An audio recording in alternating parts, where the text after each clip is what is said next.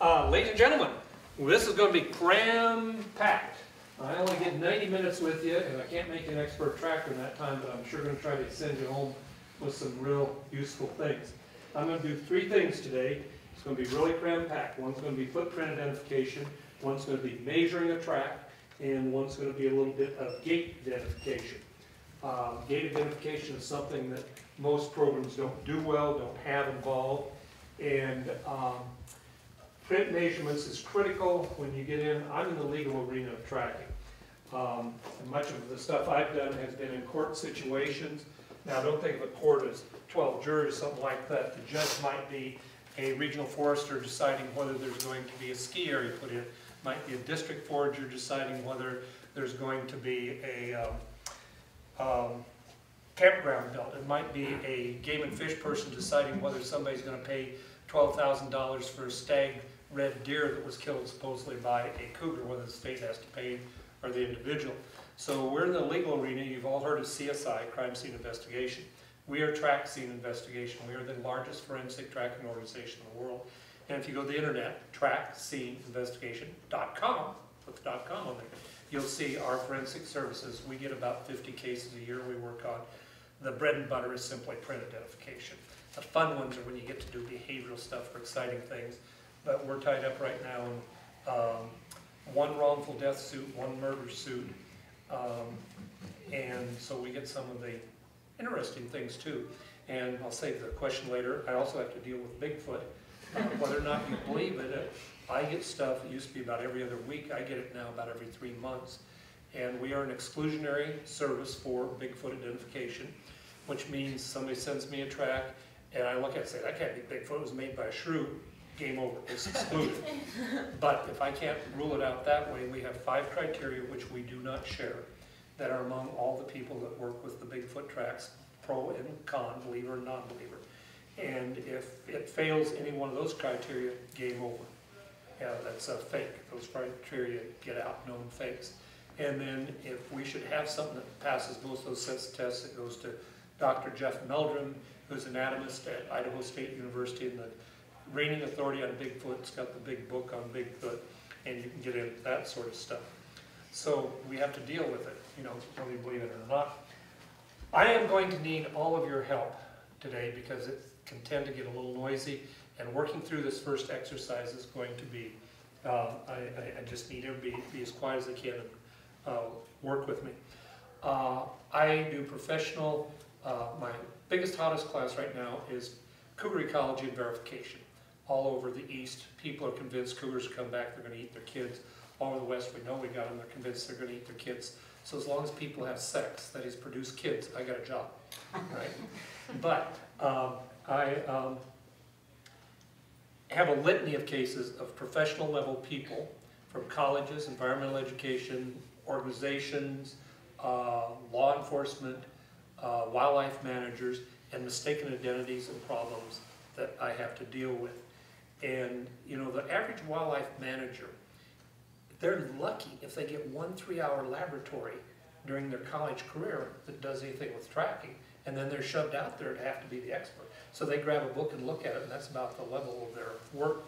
For example, if we're working on a cougar thing and somebody thinks it could be a dog or a wolf, you never wedge yourself to a single clue, or you guarantee you're going to run around there with a foot in your mouth.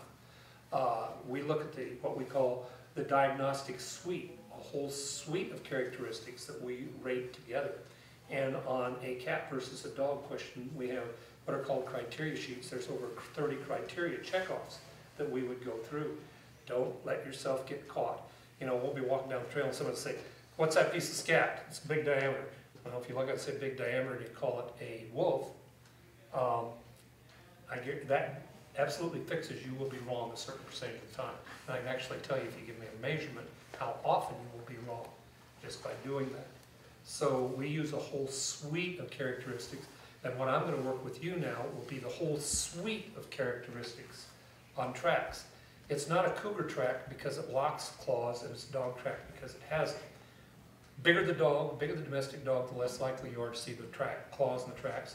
All cats show claws when they're doing certain things. Some cats just simply show claws. So if you had wedded yourself the presence or absence of claws, you guarantee you would be wrong a certain percentage of the time. So that what we're going to do is avoid that, and we're going to learn the whole suite. What I need is for everybody to partner up with a partner, and I need one team of 2 on each side of the sandboxes around here. So if everybody find a partner and move around the sandbox, and we're going to be down on our hands and knees, and if your knees are older like mine, or even if they're younger, there are some pads here you can put under there if you'd like to. So need everybody to grab a station.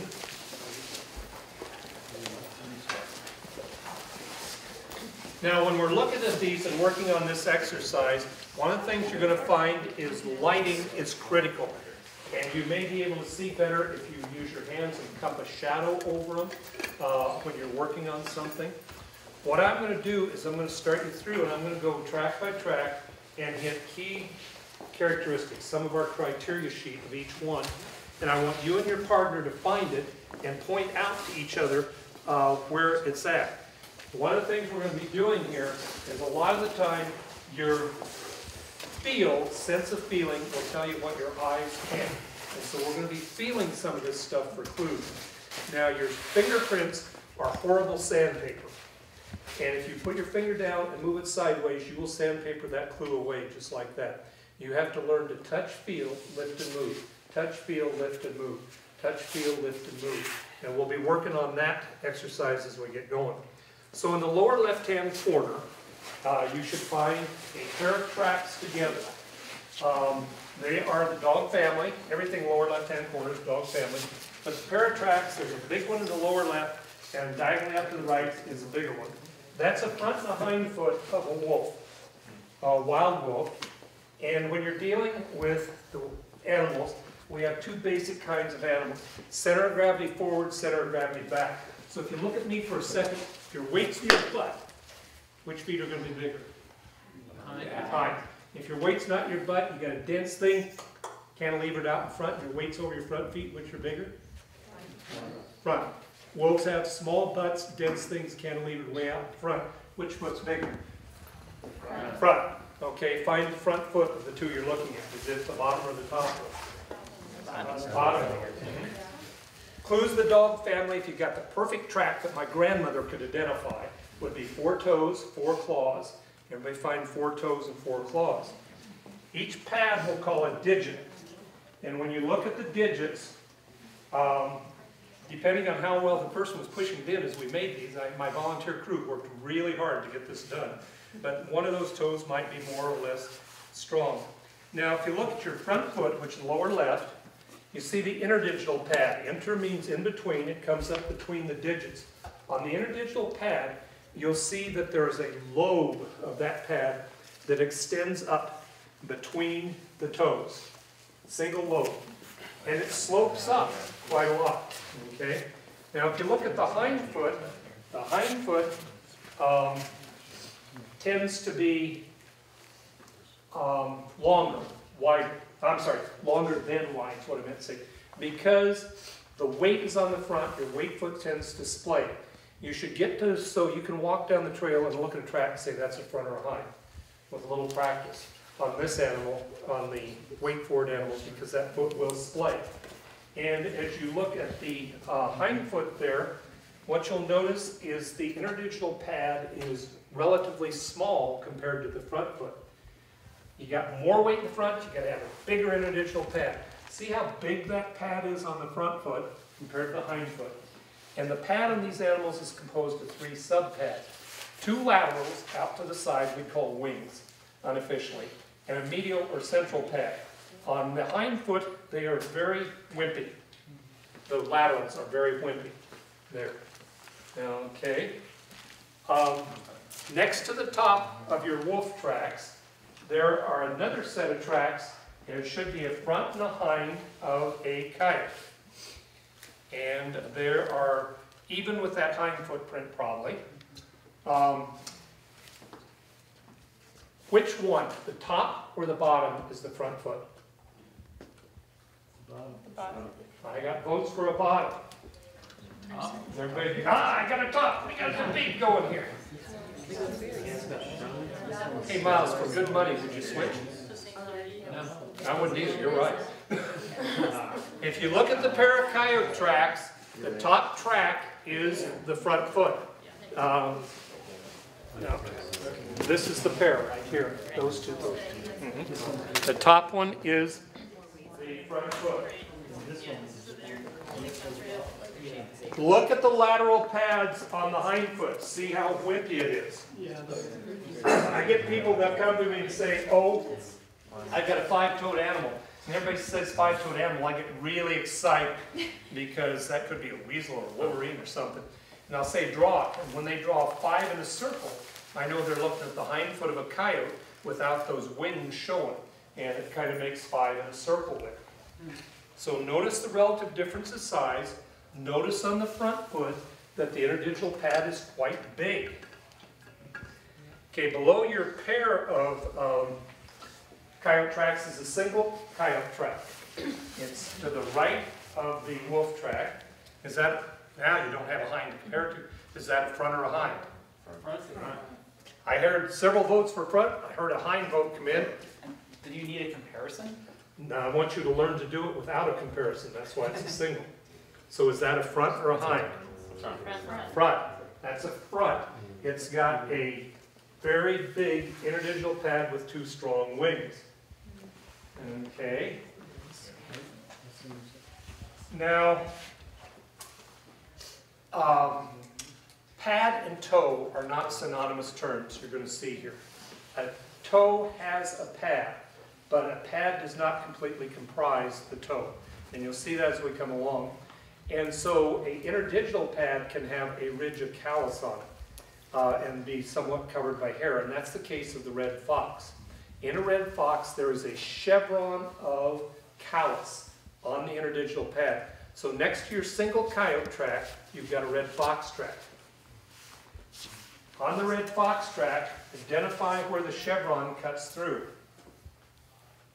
What's the chevron? Sorry. It's a ridge of callus that's sort of a little bit like a flat upside down V.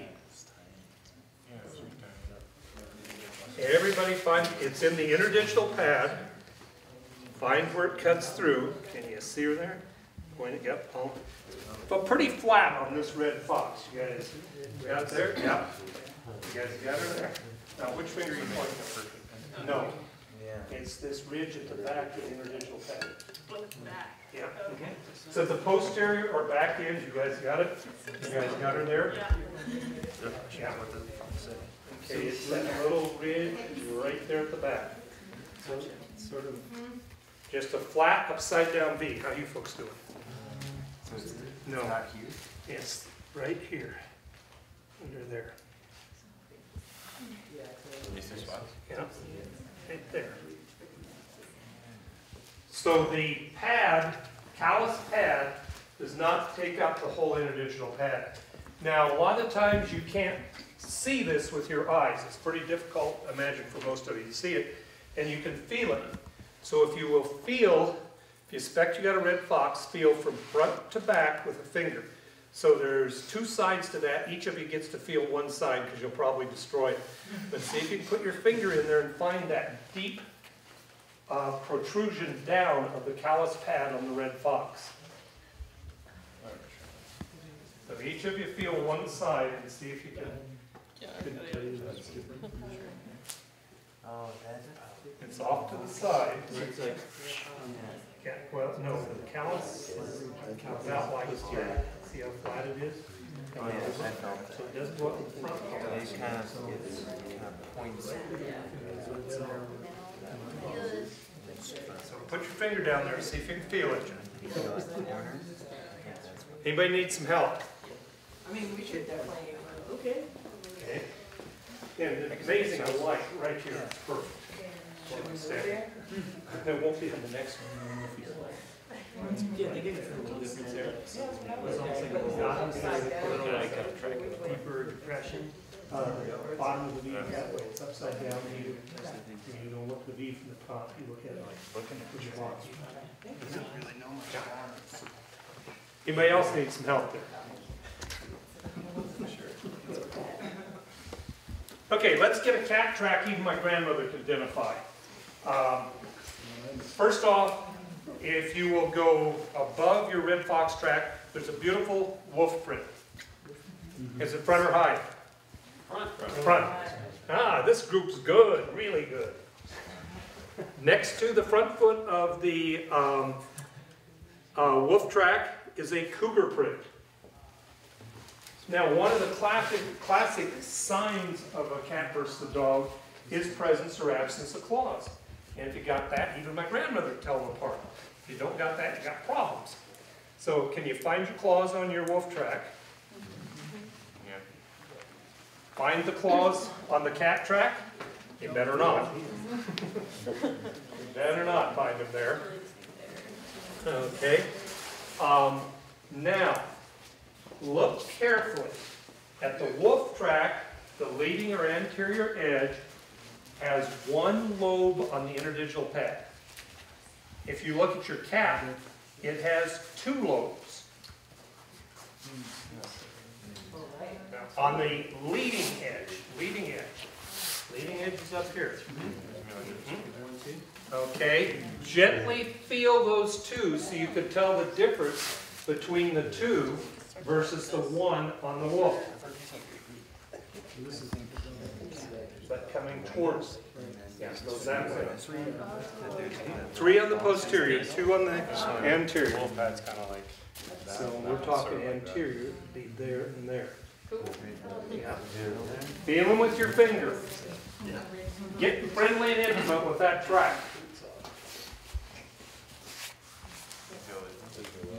Okay, you're working on the posterior. Anterior is up here. So should have 2, one there and one there.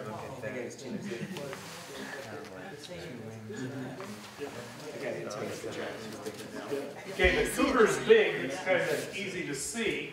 Right next, if you will go to your red fox track, next to it is a lone bobcat track. Now this one's going to be more difficult. Can you see the 2 or feel the 2 anterior lobes on the bobcat? This one? Yep, single track. Yeah, that's what's like a triangle. It's going to be more difficult. I'm telling you it's easy.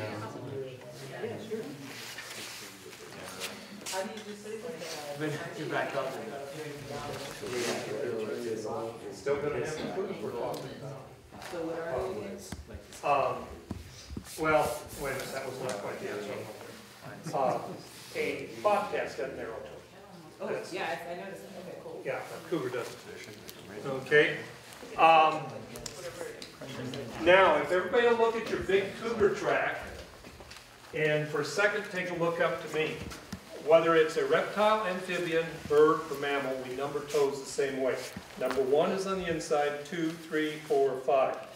What toe is this? 3. That's the critical toe. 3 is going to tell you right versus left. Over evolutionary time, toe 1 migrates up the foot and is lost first. That's a given. I'm giving you that fact. What toe is this if I've lost toe 1? 2. It doesn't change. That's toe 3. Toe 3 in the cat family is bigger and or longer. So look at the cougar track and figure out which is toe 3. Now, the big cougar track. Okay, I want you now to decide, is that a right or left footprint? I got a lot of lefts. Got a lot of lefts there. Everybody buys the cougar's a left footprint. Below the cougar track, there are a pair of bobcat tracks turned 90 degrees, so they're facing right. Same thing goes for the cat tracks. They got a small butt and a big head, so front foot is bigger. Which of those 2 prints is the front footprint?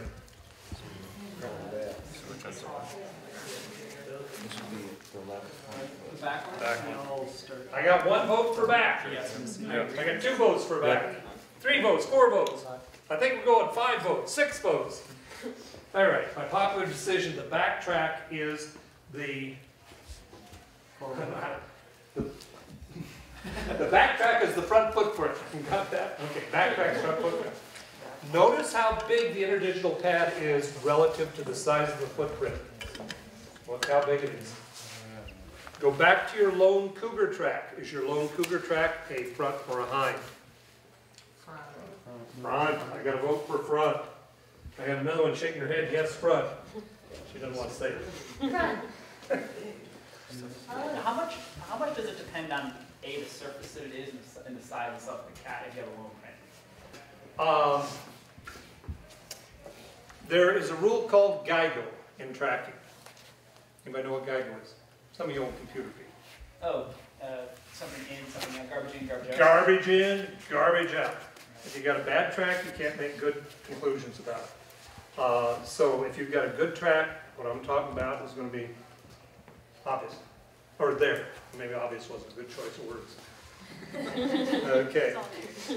So on your cougar, that print is a right front foot. Correct? No. No. Some people are paying attention. It's a left front foot. Okay, this will be critical in the next part of our lecture because we got to tell fronts from hinds, rights from lefts in order to interpret gaits. So, which toe leads on the cat family? 3. It also leads in the dog family, but it's much more difficult to tell. It's not much. It's not necessarily much bigger, much more of a lead. Okay. Now on your double, the front and the hind of the bobcat, is that a left or a right? Left. Left. Okay, by that, that's a left.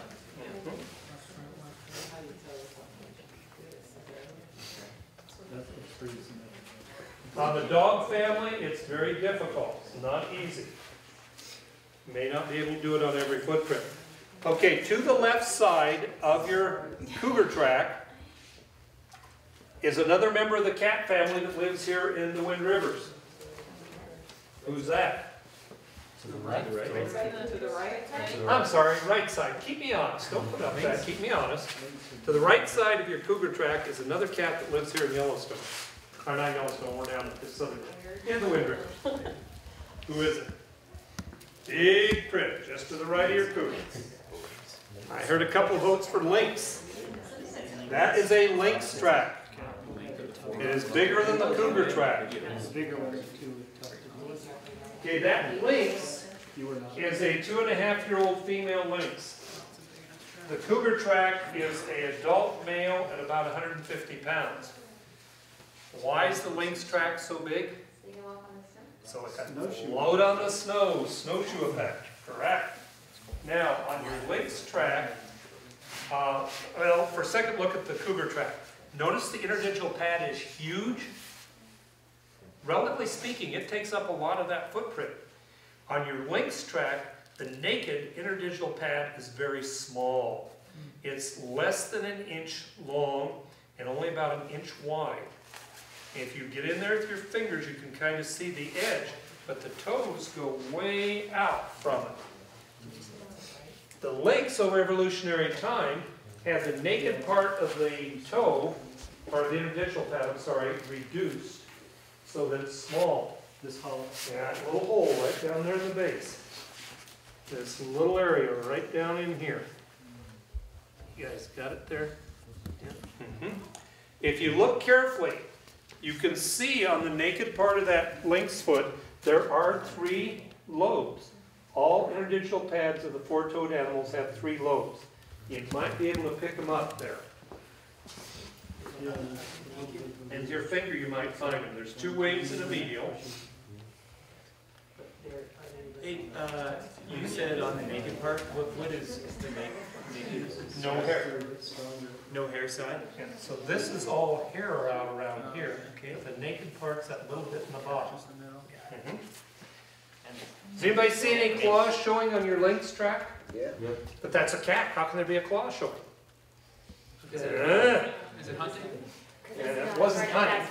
Hunting is an assumption that skipped a step in between. Why might you have guessed hunting? Searching. No, you're skipping a step. It's running? It's pushing, moving. We don't know why. whether it's searching or hunting. And if you're in a legal situation, you can't make that assumption without evidence. All we know is it pushed for some reason. He suggested slipping. So that cat pushed and the toes splayed more. It could have been hunting, I can't tell you that. But there's no evidence that will suggest hunting. But when it did, claws went in. How many claws do you find in your track? I see one on this one I'm looking at real well. That could be right there. That down in the toe is not. Yeah, that was good. One down. Yeah, one is very strong there. Yeah. Okay, now in this one it's a little tougher to tell. Do you think it's a right or left foot? Right. I would vote towards right, I think. A little bit bigger.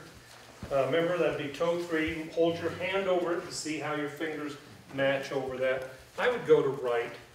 Toe 3 would be in the correct spot. So dog and cat family each have 4 toes. Now, there's another major structural difference between cats and dogs. The interdigital pad on the dog slopes up to the front. On the cat, it digs deep. Look at your cougar and compare it to your wolf. On the dog, it slopes up to the front, that'd be your wolf, and on the cat, it digs deep. Now there's a Murphy's Law of Tracking that says the more important it is, the worse your clues are going to be to look at. That's why we use so many clues. That slope up, going deep there. Everybody got the slope up and going deep. So we need lots of clues, and we use over 30 clues. Incidentally, I mentioned the example of the $12,000 red deer that they wanted the state of Colorado to pay for. It was a domestic dog that killed the deer, the neighbor's dog. Not the cat, the cat the state had to pay for it. So that was one of the things that came up in that.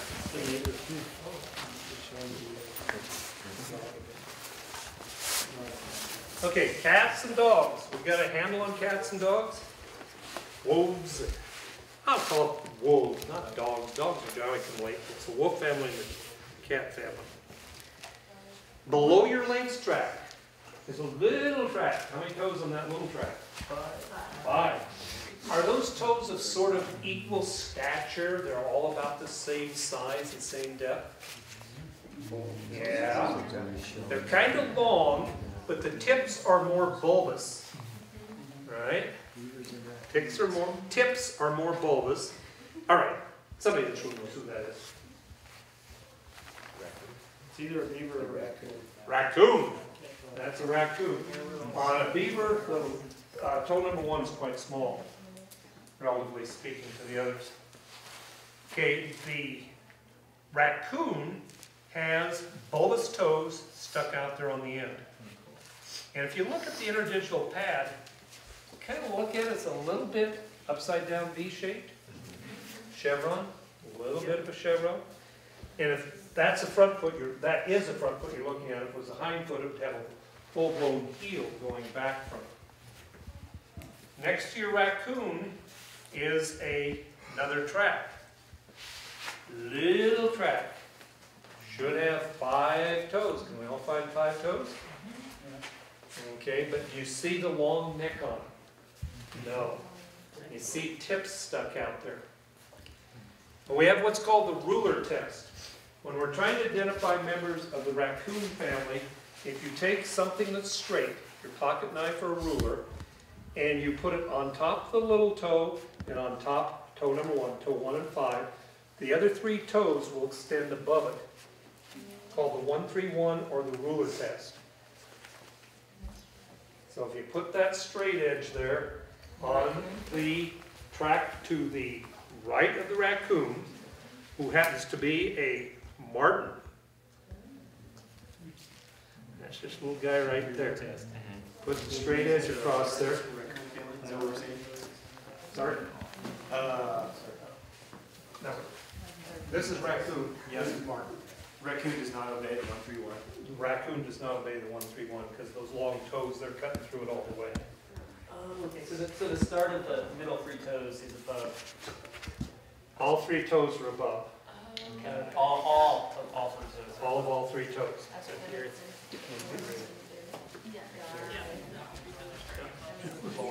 if you look at the little marten track, it's hard to see, but it's got an upside down V interdigital pad, a chevron also.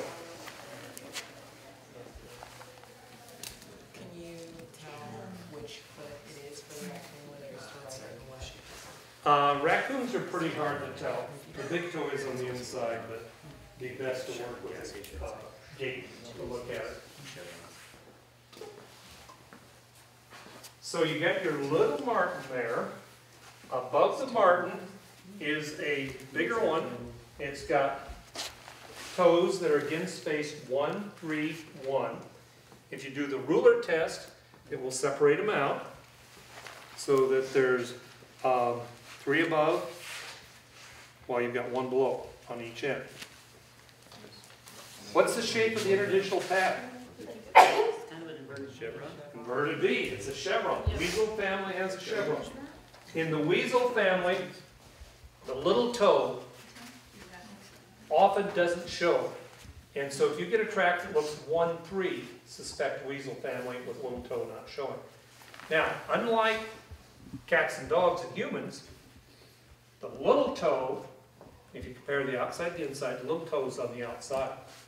So you look at it and you think it's going down the trail like this with the feet on, backwards, because the little toe is on the outside. So your marten track is in a right or a left footprint. Well, let's go to the fisher. The fisher is the one above the marten.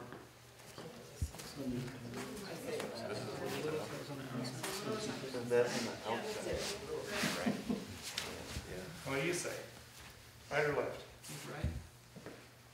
Left. I got a right vote, I got a left vote. We need some tiebreakers. Somebody be brave. I got a right vote. Right. I got a right. Oh, come on, somebody support her. Who's going to leave her out there on the limb was the only left? Oh, he says left too. That's right. But I think I'd lean towards right. You're wrong, Jim. I think that little toe is there. But we have a way to verify. The what? A way to verify which is low, which is big. Of the interdigital pad, it's composed of 5 subpads. And the biggest subpad is on the outside where the big toe is. So look at your interdigital pad. What do you think? The biggest subpad is on the right. I've done it before too. So it's on the inside? Big toe, big end of the pad on the inside. Okay, above your fisher track. I have a question about Yep. the fish track. Still with fisher. What's the thing below the individual pad? Okay, if you look at my hand here a second, we have the interdigital pad to that. Proximal to it, we have another pad or 2 pads that protect this joint in here. If an animal's moving fast, you won't see them. If it's moving slow, soft dirt, you'll see 1 or 2 down here. We often call them proximal pads, meaning they're back. So on the fisher track, it's probably showing up there. And when we measure length and width, we do not include that pad because sometimes it's there and sometimes it's not. So length would be front of the toes to back of the interdigital pad, not the proximal. So if we go above the fisher, what family is that track in? Yeah. How many toes do you find on the one above the fisher? 5. Look close, one may be weak. And it's got what kind of an interdigital pad? What shape? Chevron. Okay. Does it pass the 131 test? Yeah, it does. It does. So we've got a big track, weasel family, runs around in the Wind Rivers. Who is it? Wolverine. That's a Wolverine track that you're looking at. And on it, does the proximal pad show up? Yes, it does. Where are his blades? Where is what? And the real Wolverine actually has short claws, relatively speaking. Okay, on your, to the right of the Wolverine track, right even with it, is a track that looks pretty complex, doesn't it? Okay, you need to study this carefully. That's a hind foot on top of a front foot. And what do you see between the toes? What do you see between the toes? Cuts, is there a little trough that cuts down between the toes? Okay, look up here a second. That's webbing. Webbing's a funny thing, it's like my handkerchief. If two toes are somewhat together, it just bunches up. It's not going to show. But if the toes splay, it's tight. It will cut in there. So you've got a 5-toed animal with webbing in the weasel family, in the Wind Rivers. Who's this? Otter. River otter. That's the river otter. So find the webbing between the toes. Okay, here comes the tough assignment. I want you to find all 5 toes on the hind foot. So follow the webbing, that will give you a clue which is the hind foot. Show me your hind foot. Is the hind foot going to be This deeper? thing here, I'm sorry, I don't know. Show me your hind foot.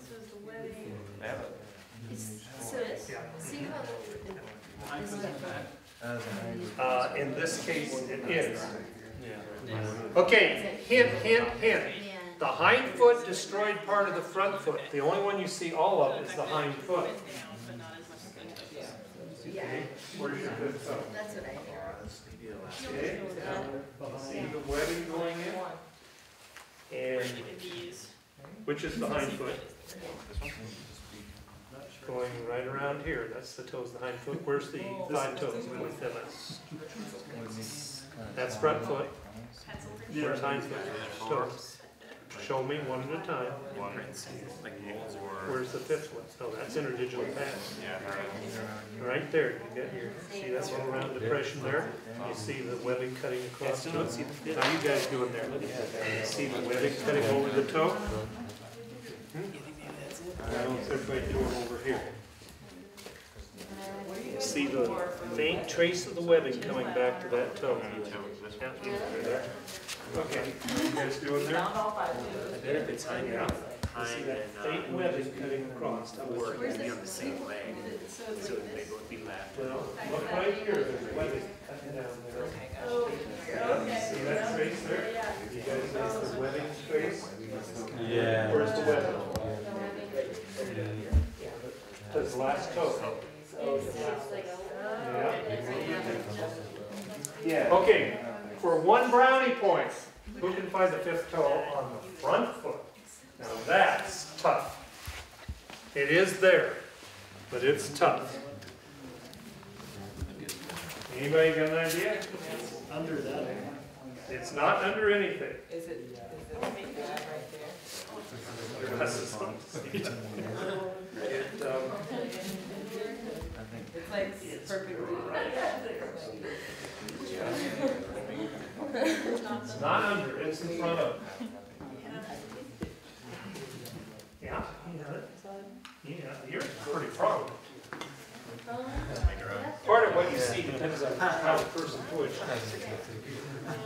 You guys push that. No, wait a minute, that's not it. River on, where's the 5th toe? Right, so here's the where's the front? 4 of them. It's like you're pretty darn. Yeah, yours, I can see it on. Oh, I can actually, I see it on yours too. Plaster, right? Yeah, no, I think you went right above it. It's that depression at the front of the toe, very small.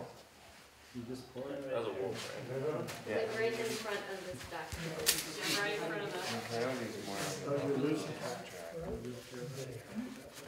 See how the sand sticks up around it? Oh, Like yeah. a handshake. I said that would be tough. Okay, so where are we? What did we just do? We just did. The toe on the river. Okay, every spring I get a lot of people come to me and they say, oh, we've got Wolverine tracks. It's big measurements, just as your Wolverine track. You look at those otter tracks, they're big, but the toes are delicate. You may see the webbing. The problem is every spring the males start looking for sex. And they'll take off and they may be miles from the nearest water. And if it's rough terrain, they may not be sliding. And so miles out there, we get a otter track, and people bring it in and say, oh, we got Wolverine there. Okay, above your, below your otter track is another animal. How many toes? 5. Does it pass the 1-3-1 test? No. It's kind of tight. There'll be a reason for that. What else do you see in that track? Long claws. If you have long claws, they're used for digging. It's a member of the weasel family that does a lot of digging. It's called a badger. Yeah. Okay, now, the reason it doesn't pass well on the 1-3-1 test is each of the pads on the front foot is enlarged to help make that continuous shovel that moves the dirt. And so they're bulbous type toes.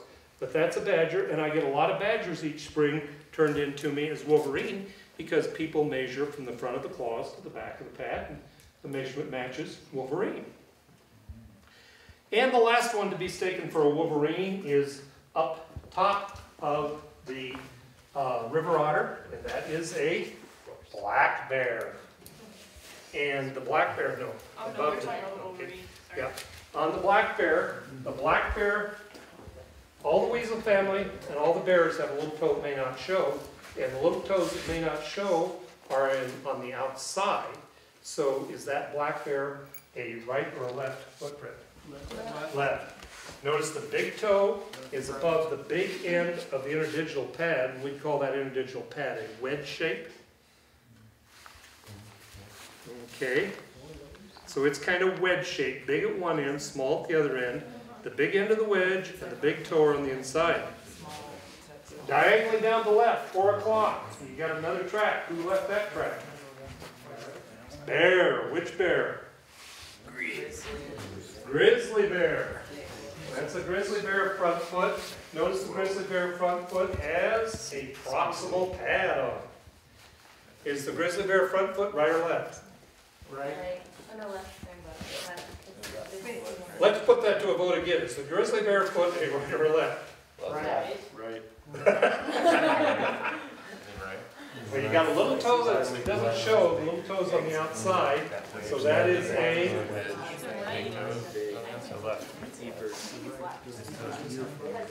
it's left. This is proximal. It's left. It's like this is The grizzly print's a left. Little toe is on the outside. That kind of got pushed down. Let's see the big end of the wedge. Yeah. Wouldn't that be like the heel on the forward? And that's in a straight line with the big end of the wedge, the big toe. Okay, it's not how my feet work. There's a proximal pad there on the grizzly print. And whenever you see somebody's tracking book that draws that proximal pad in the center of the foot, you know they haven't looked at many tracks. It's on the outside in a straight line, the big toe, the big end of the pad to the proximal pad. Well, can you say that whole sentence again? Yeah. The proximal pad is on a straight line from the big toe to the big end of the pad to the proximal. Here's a little squished over in the sand, but pretty straight there. To the right of the grizzly front foot is what? A black back. And what's the back one? Black back. It is a bear. It's the back foot. And notice the proximal pad is joined on, and it is, so it kind of looks like ours. It's got a full-grown heel there. Okay, you're all instant trackers. Past graduation. Anybody got any questions on this? Yeah, what was the one for right away? I'm sorry. Which one was it? That's a barefoot. Which is the hind foot of the bear? Is that a right or a left?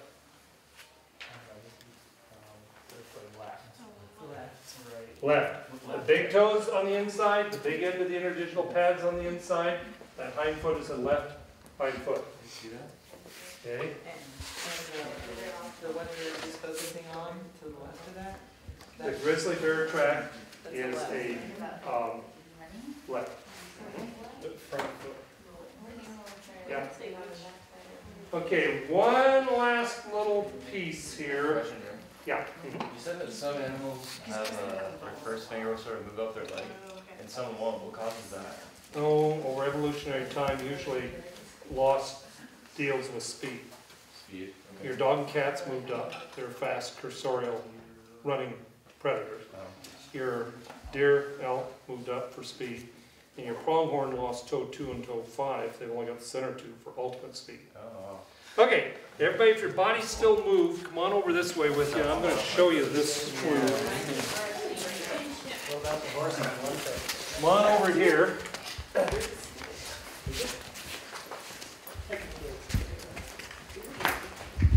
One of the things you may run across the Wind Rivers is, do we have a grizzly bear track? And the hunters provide all sorts of great fodder for my stories. And the hunter story that you can always tell grizzly bear track by its claws is false. Yeah, grizzly bear's been doing a lot of digging. What sort of claws is it going to have? Oh, short. And they can be quite short. If you've got claws that are 1.5 times or more the length of the toe, hey, my grandmother called that a grizzly. But if you got short claws, you got a problem. So we have a ruler test for that also. It's called the Palmiciano test. Dan was a relatively young wildlife biologist who died of cancer, regretfully, but he championed the test, and so we've named it for him. And what you do is you take and look at the interdigital pad. So there's a grizzly print, there's a black bear print, and you're going to determine which is the big toe. The big toe, the big end of the interdigital pad. Okay? You put a straight edge touching the big toe and touching the interdigital pad. So there's the top of the interdigital, there's the big toe. And if it intersects the little toe there, it is going to be a black bear. It doesn't really intersect on the grizzly. I'll show you here in a second. So see, it's not really intersecting there. But if you go over here and put it to the big toe and the interdigital pad, see where it is in the little toe? Halfway up or more. It's touching the bottom of the big toe and top of the individual. Interdigital pad. And if it's in the lower half of the footprint Of the little toe.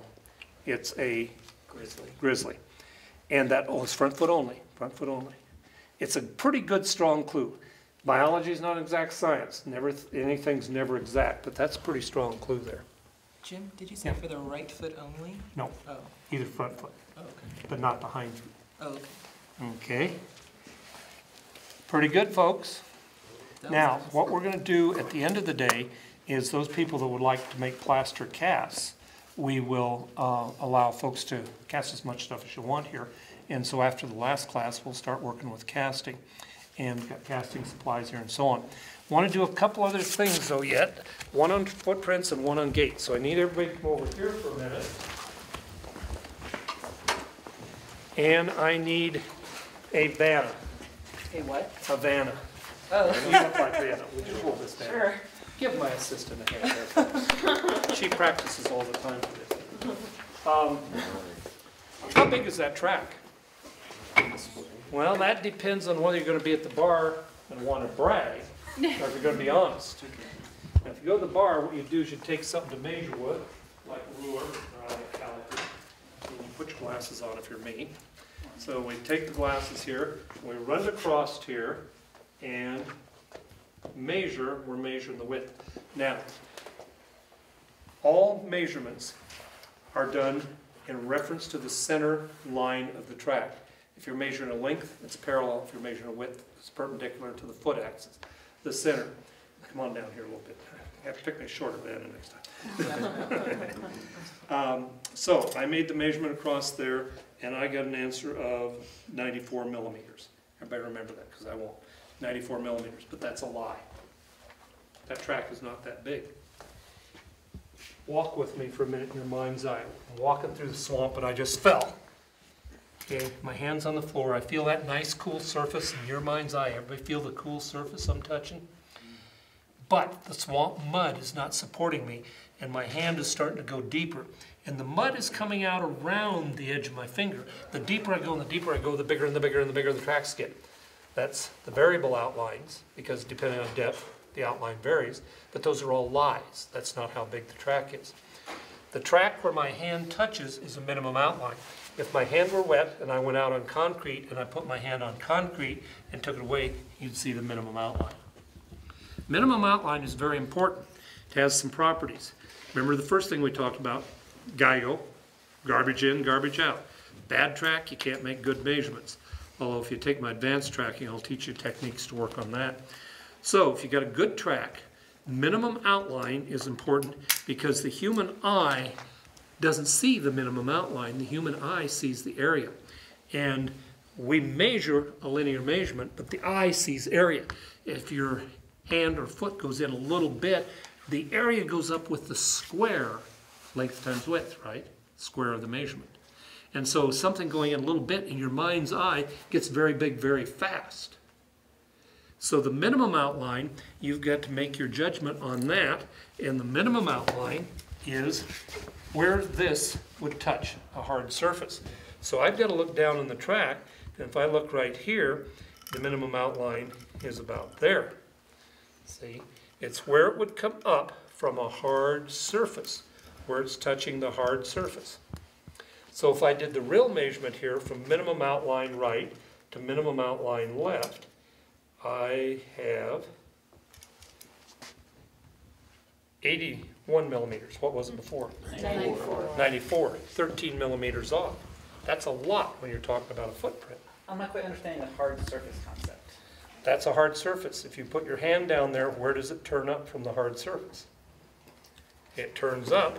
If you look there, it's turning up right here. This is all, that's not touching the hard surface. It's where it turns up from the hard surface, the bottom. Every single track has a minimum outline, but the tracks don't necessarily have the variable outlines. Okay, that's critical in the measurements. 1994, 10 o'clock at night. I open the door, 2 kids off the trail crew, a guy and a gal, drenched, sopping wet. It's lightning storm coming down. They're cradled over and under their chests. They're each carrying a chunk of the trail. Positive proof of wolves in Yellowstone National Park before the reintroduction. They've got this section of the trail, it's the trail crew they've cut out. They walk 7 miles out of the park protecting it. And all I can do is look at it and say, that is nothing more than an alpha male coyote whose toes splayed apart and it went deep in the mud. That it's not really as big as you think. So having critical measurements is critical to estimating sex, age, individuals, comparing any of those between or across, but you got to have minimum outline measurement. So try to go as deep into the print as possible with your measuring tool. Basically. I don't want to say as deep as possible. I want to say look to where it turns up. And I'm not saying it's always going to be easy, but you got to make an effort to do that. In 89 through 92, we got our butts kicked in court, to put it bluntly. Endangered Species Act said that we, in various states, Forest Service just declared wolverine, lynx, fisher, and marten as sensitive species. And we were trying to prove we had wolverine, lynx, fisher, and marten. And in court, we went with our measurements. They said, well, so-and-so's book says the track's this big. Your measurements aren't like that, and so on, because people didn't understand how you had to measure a track.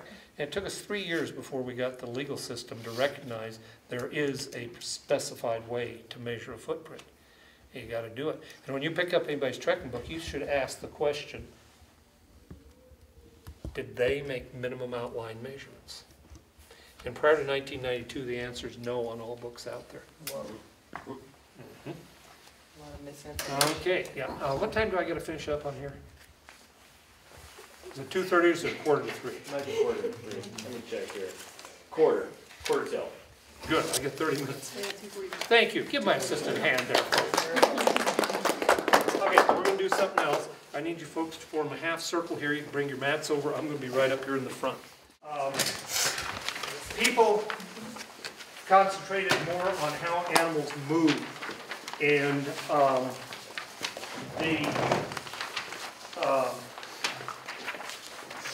in North America, we concentrated more on identification of footprints. And so the Europeans, but also our horse people here, do a lot better with gaits. And if you're going to read the stories of animals, you've got to understand gaits.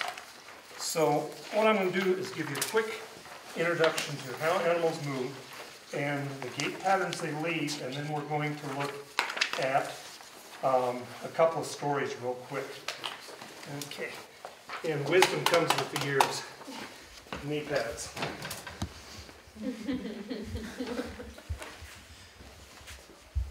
Okay, real quick here, I'm a human. And you people all walked in here with a bipedal bias. In other words, you walk on 2 feet. I've been walking across it. Now I'm going to run back. I want you to think for a minute, mechanically, what do I change to make a walk into a run? The mechanics of it. Mechanics are things that move differently, like a wheel rotates around. Okay, so I'm running back. I'm sure hoping that plastic paper didn't move when I went over it. Okay, what did that change? Your speed. Forward. I think you're, Speed is a result. I did not. Propulsion. What do you mean by propulsion? You're launching yourself off your feet. All right, body position, I moved up. A lot of positional changes. Walking 2 feet are on the ground, running 1 foot is. Not correct No? at all. Okay. Try running up a steep hill sometime, see how many feet you have on the ground. Okay. No, that's a definition I hear all the time. It's not correct. What did I change? Stride. In order to go fast, I need a long stride. But I also, in reference to stride, means something else. I'm doing a long stride. I'm not moving fast. Why? You're not pushing. Where your body positions? I got to make the stride faster. I got to up the frequency. Speed is a result. Speed is a product of stride times frequency. And with slow frequency, doesn't matter how long the stride is, you're not going to go fast. And it's awfully hard to have a long stride if you've got a wide, what we call straddle.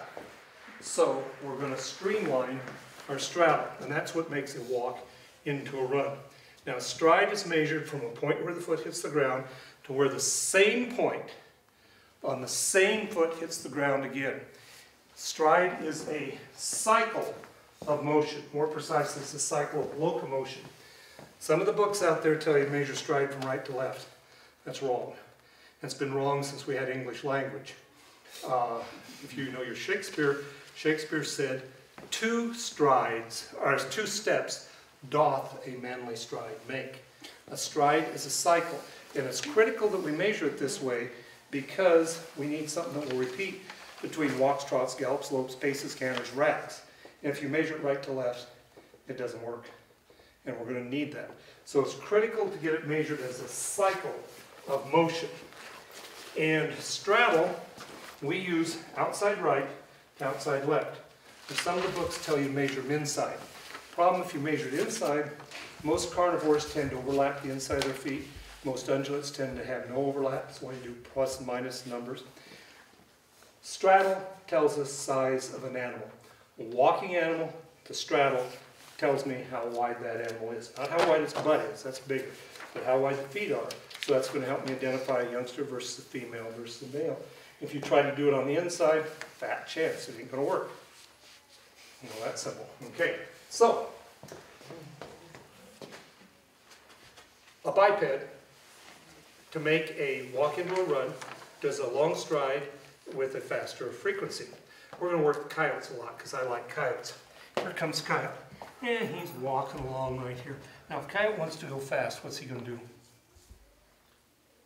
How's he going to mechanically change? Yeah, increase frequency, increase stride. Increase stride. Ow! Damn. Who said that? Sorry. See, that was a bipedal answer. A quadruped can't simply increase its stride, you're just going to kick yourself. So what we're going to talk about is how to not kick yourself. In other words, I'm going to get you guys all thinking like quadrupeds. But a take-home point, a human walks and runs. Quadrupeds do not. There is no such thing as a running quadruped. That's a bipedal gait. Run is a bipedal gait with a longer stride, faster frequency, narrower straddle. Lizards can do it. Grizzly can do it for a few steps. Dinosaurs did it. Birds do it. But four-legged animals on 4 legs do not run. So we got to figure out how not to kick ourselves. And here comes our coyote. And coyote is going to be walking. As coyote walks,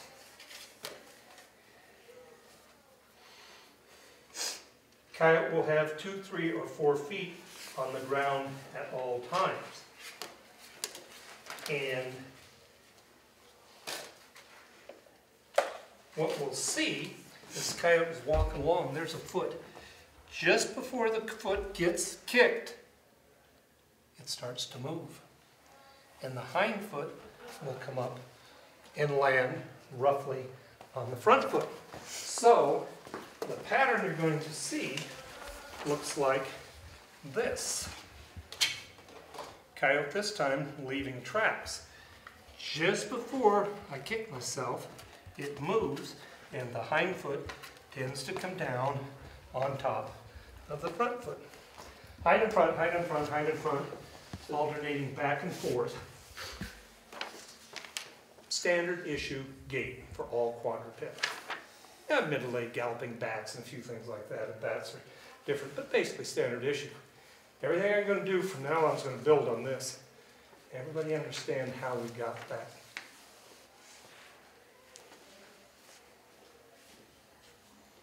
Okay. One of the reasons I like working with coyotes is coyotes never seem to get enough food. They're always hungry. And so we've got our coyote here. And our coyote, I'm going to walk over that way, but is that edible over there? That looks kind of edible to me. I'm going to walk a little bit faster, but you're not going to see so much difference in the body, but you're going to see something different in the tracks. Here I come walking faster, and the track pattern is entirely different. What has changed on the track pattern here? How is the track pattern different? Oh, it hurts me. Answers couldn't pick one out. Somebody. The hind foot lands in front of where the Hind foot is forward. What else? Stride is longer? Stride is longer. 5 sets of prints here, 4 sets of prints, same space there. What else? What else? Straddle is narrower. Okay. So, I want the 5 rules of speed, or the 3 rules of speed. 3 rules of speed are: faster go the farther forward, the hind foot registers in reference to the front foot on the same side. That's hind foot forward. Faster you go the farther forward, the hind foot. That's rule number 1. Rule number 2, the faster you go, the greater the stride. Rule number 3, the faster you go, the narrower the straddle. If you take home one thing from today, I want you to take home rule number 1. The faster you go, the farther forward, the hind foot registers in reference to the front foot on the same side. That's hind foot forward. Got it? What's rule number 1? Hind foot forward. Don't bet your pocketbook on rule number 3. Rule number 3 is a very weak rule. There are many, many exceptions to it. I only mention it because in the broad picture of things, there's truth to it. So careful of rule number 3. So now we've got a very powerful tool for interpreting track patterns on the ground. That's the rules of speed. Faster you go the farther forward, the hind foot registers reference the front foot on the same side. Longer the stride, wider the straddle. True for all gaits, for all quadrupedal animals moving quadrupedally. Okay, powerful tool. Powerful tool. Wait, I'm sorry, can you repeat rule number 2 again? The faster you go, the wider the straddle? Longer the stride is The number 2. longer the straddle. Rule number 3 is the narrower the straddle. And that's the one to be careful of. It's an interesting floor they've got here. I don't know if this is rubber or what. Okay. So all we've done is walked, but now we've got a really powerful tool and a hungry coyote. That's the problem. And that hungry coyote, he went over here, and incidentally, the name for a fast walk is an amble. A-M-B-L-E is the name for a fast walk. Okay. Well, here comes our coyote back. Coyote is still pretty hungry. He walked over here. And I gotta forget this walking stuff. I'm gonna really find some food this time. I'm gonna crawl. We're gonna cover some distance here. So, what happens is, as the animal moves into a trot, synchronization, diagonal synchronization. If the right front goes forward, the left rear goes forward. The left front goes forward, the right rear goes forward. Okay, so here I come trotting. I'm going to go find some food.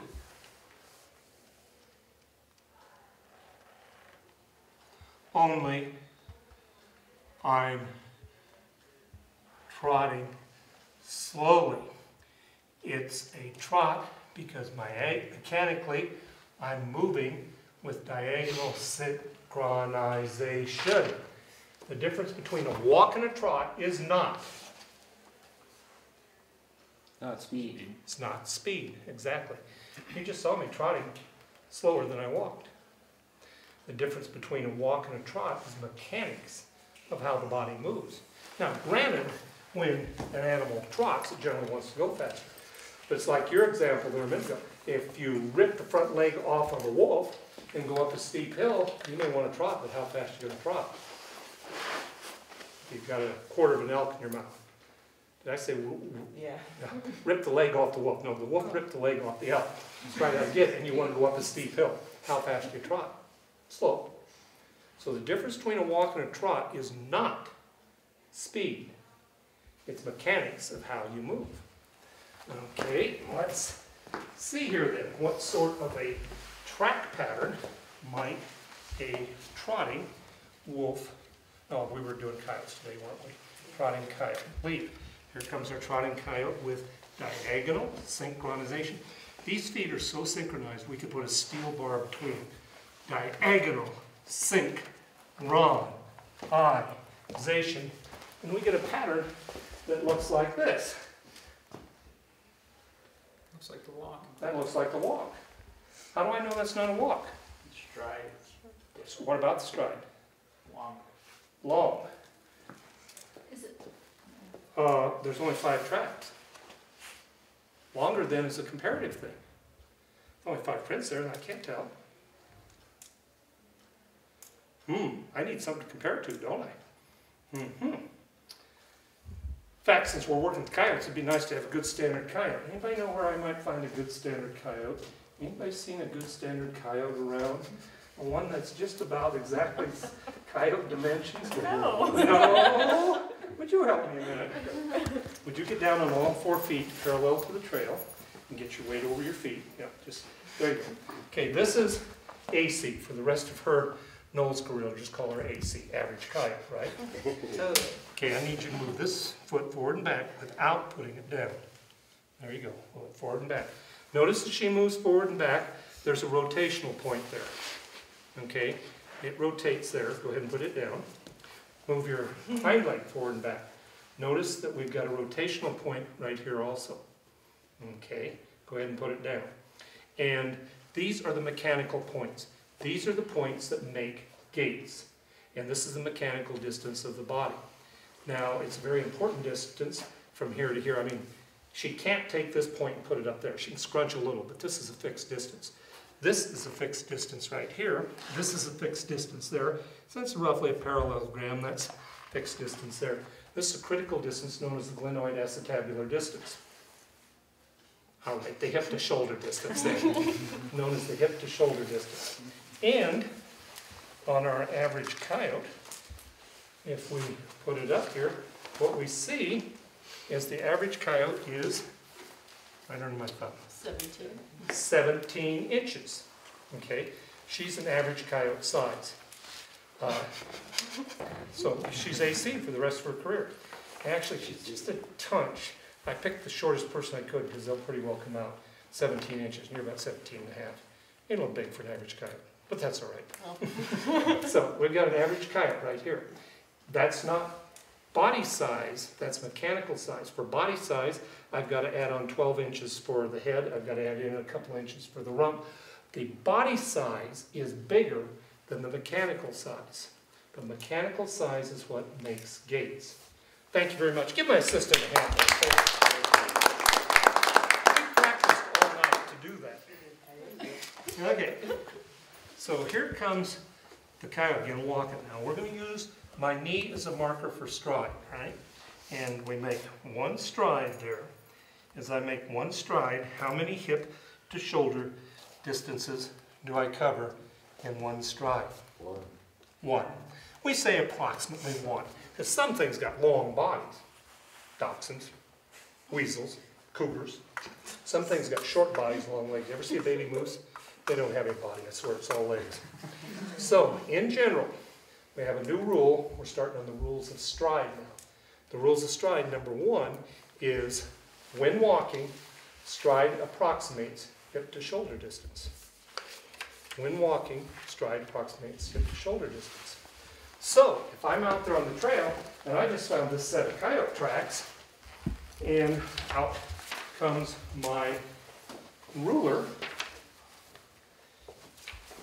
So out comes my ruler here, and I measure right here. Wow, that's impressive, 51 inches. Is that coyote trotting? AC? It's got a 51-inch stride. Is that coyote trotting? No. Why not? It's pretty long. What would it be if it was, let me ask the question different. Is that coyote walking? No. No, because it's pretty long. What would it be if it was walking? That's your cue. Closer to 17. 17 inches! But this is 51 inches, so it's not walking. If it were walking, rule number 1 of stride, stride approximates hip to shoulder. Okay, it would be 17 inches. 17 inches is the average size of a coyote in the Yellowstone, greater Yellowstone ecosystem, the Wind Rivers and so on. So if it's walking, expect 17 inches. We generally figure the transition from walking to trotting is twice the hip to shoulder. So anything 34 inches and above, we would give to trotting. Now maybe you're the biggest, meanest coyote on the block, and then you might be 19 inches, and if you double that, it's 38. So for that big coyote, it'd have to be bigger than 38, right? So twice the hip to shoulder gives you your trot. This coyote was 51 inches. Relatively speaking, how fast was he going? That doesn't match up with what your paper says, I don't think. What's the paper say? It says that if you double the stride, you get an amble. No, I don't think it says that. Oh, never mind, I'm sorry. I'm correct. Can't be worried about it. 51 inches. How fast is that animal going, relatively speaking? At a trot. 3 times a walk. 3 times a walk. Rule number 2 of stride is in anything other than a walk, you have a relative estimate of speed. And at 51 inches, it's going 3 times faster than a walk. And at 68 inches, it would be going 4 times faster. So stride tells you size of the animal in a walk, speed, and all other gaits. Now we've got our second really powerful tool, the rules of stride. Okay, everybody with me there? Yeah. Okay. Forget this walking and trotting stuff. I'm hungry, and I am going to cover some distance this time. This time I'm going to have a wee bit of speed in this ball game. This time I am going to gallop. When I'm galloping, twice per gallop, that's twice per stride, I may be in the air. So I'm moving forward, I'm moving fast. What's going to hit the ground first? Right front foot. Moving forward, it's going to be left front foot. Now all my weight and momentum's in my butt, and they're coming forward. If I don't do something quick, I'm going to kick myself. Remember, that's what this is all about, how not to kick yourself. If I move my feet, I'm going to land on my nose. So watch what happens. My butt's coming in there, it's moving hard. Spread the feet. As I start forward, as I get towards my front feet, weight's off them, and I shove off. And I'm in the air the first time. When you're in the air, we call that a suspension. So I'm in the air the first time, suspension. And when you're in a bundle, we call it gathered suspension. It's gathered up. Right front comes down, or sorry, right hind comes down, left hind comes down. But I got to use these feet again, don't I? So I bring them forward. I drive off the powerful leg muscles. 1, 2 into the air. This time I'm in the air. The second time, my body is elongated.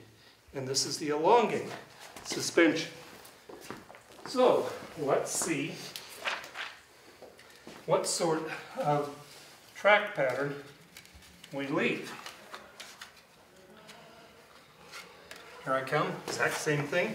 Right front foot hits the ground, left front foot hits the ground. Hind feet, spread, shove off in the gathered. Right rear, left rear, shove off into the elongate. Right front, right rear, left rear. And now what I've got here is a set of 4 tracks, we'll call a group. There's another group of tracks. Distance in between groups is intergroup, and that's a gallop. And if we measure this distance from where, say, that right front foot hits the ground again to where it hits the ground again, 102 inches. How fast is that animal going? How fast is it going? 5-ish. I can't do math. 102 inches. 6 times 17 is 102. It's going 6 times faster than a walk. Rule number 2 of stride. The stride tells you, if you're not walking, the speed you're going. So that coyote is now galloping 6 times faster than it would walk, relatively speaking. Okay.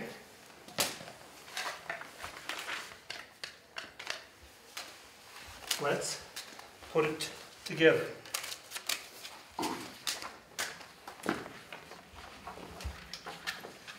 New assistant.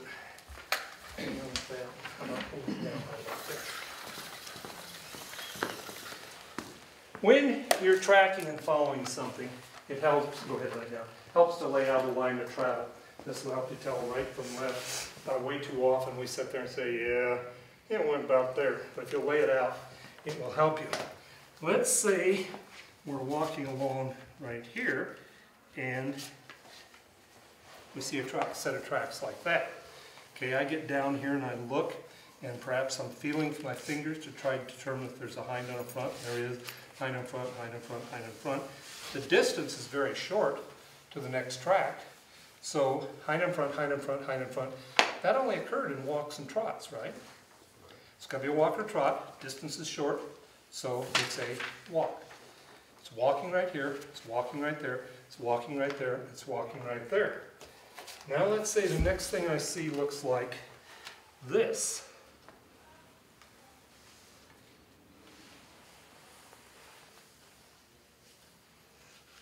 Ball game has changed, detectives.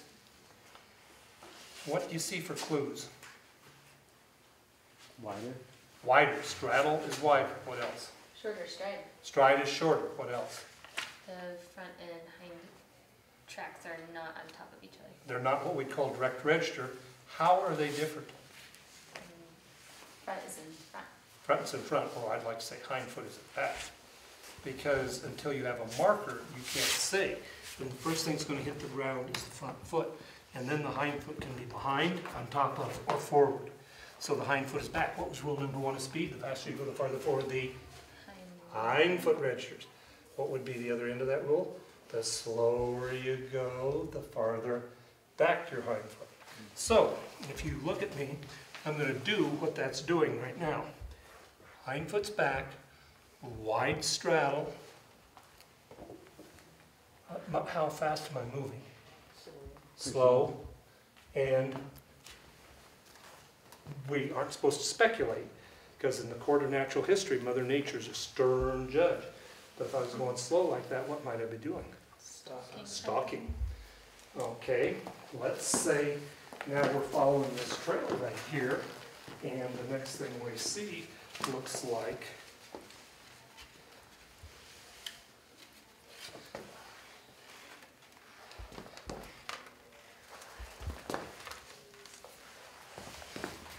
this. Clues. Stride just increased. Straddle just decreased. Hind feet forward. What's the gait? Gallop. Gallop. Okay. And not only is it a gallop, if we look at this, we can start reading story into here.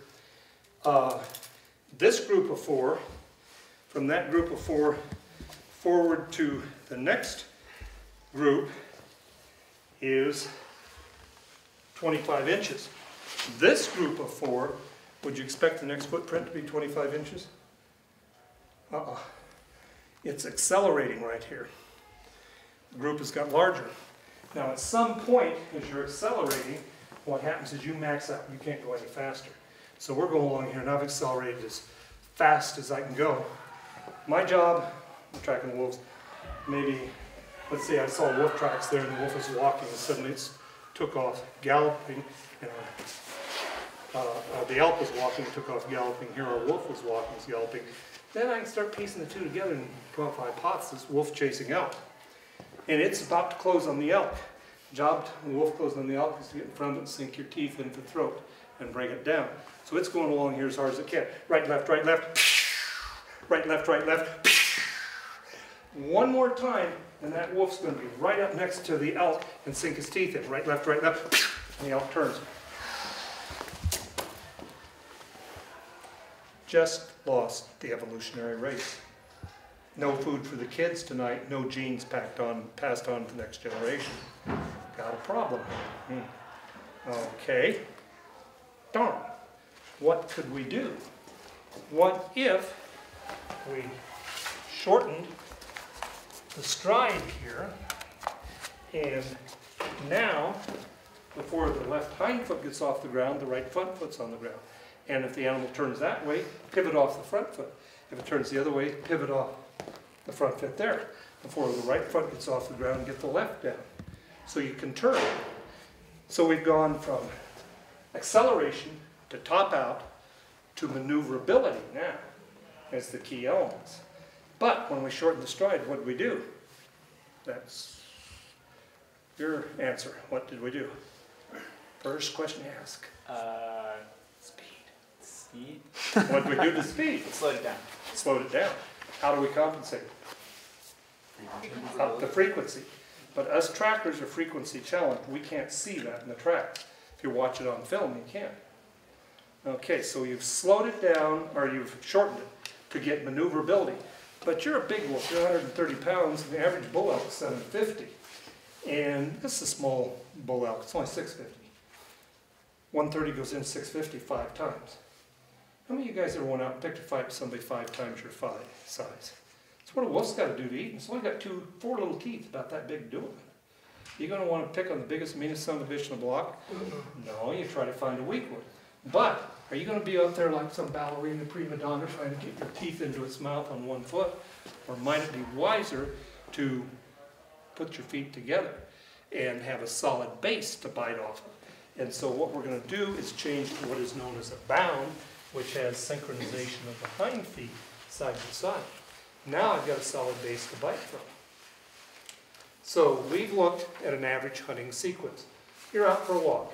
You stalk something until it sees you, where you can't get closer.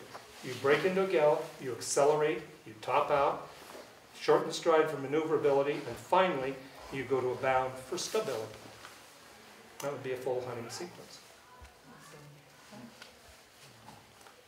That's an introduction to gaits and gait interpretation, which goes a lot farther than I had time to work with you on right now. But it should have some take-homes. Rules of stride, rules of speed. Speed first, then stride.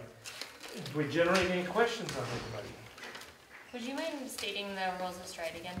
Rules of stride. Rule number 1 of stride is that when walking, stride approximates hip to shoulder.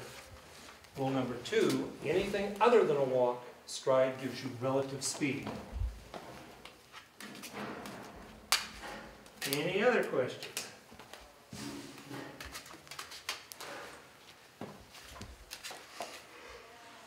I hope you got some good stuff to play with then, folks. Thank you. And if you ever get a hankering, I do all sorts of tracking classes all year long, all over the country. So come up to Yellowstone, do a full one with us. We do basic tracking, mammal signs, advanced tracking, professional snow tracking, tracking for teachers, tracking for hunters, and then we do species-specific classes like cats, bears, wolves, and so on. And one of my books out there is a tracking book for wolves, which is critically important because with delisting the Endangered Species Act, states have to know how many wolves they have, and they don't have the money to try to find this out. They can't afford radio collars like Yellowstone. So tracking is the key element of us keeping track of the number of wolves in the states So for Montana, Wisconsin, and Oregon, I developed the Tracking Wolves book, which is a neat little book they got for sale out there. You folks go have a good, safe summer. Oh, and if you want a plaster cast, 4:30, we'll be doing casting for anybody who shows up.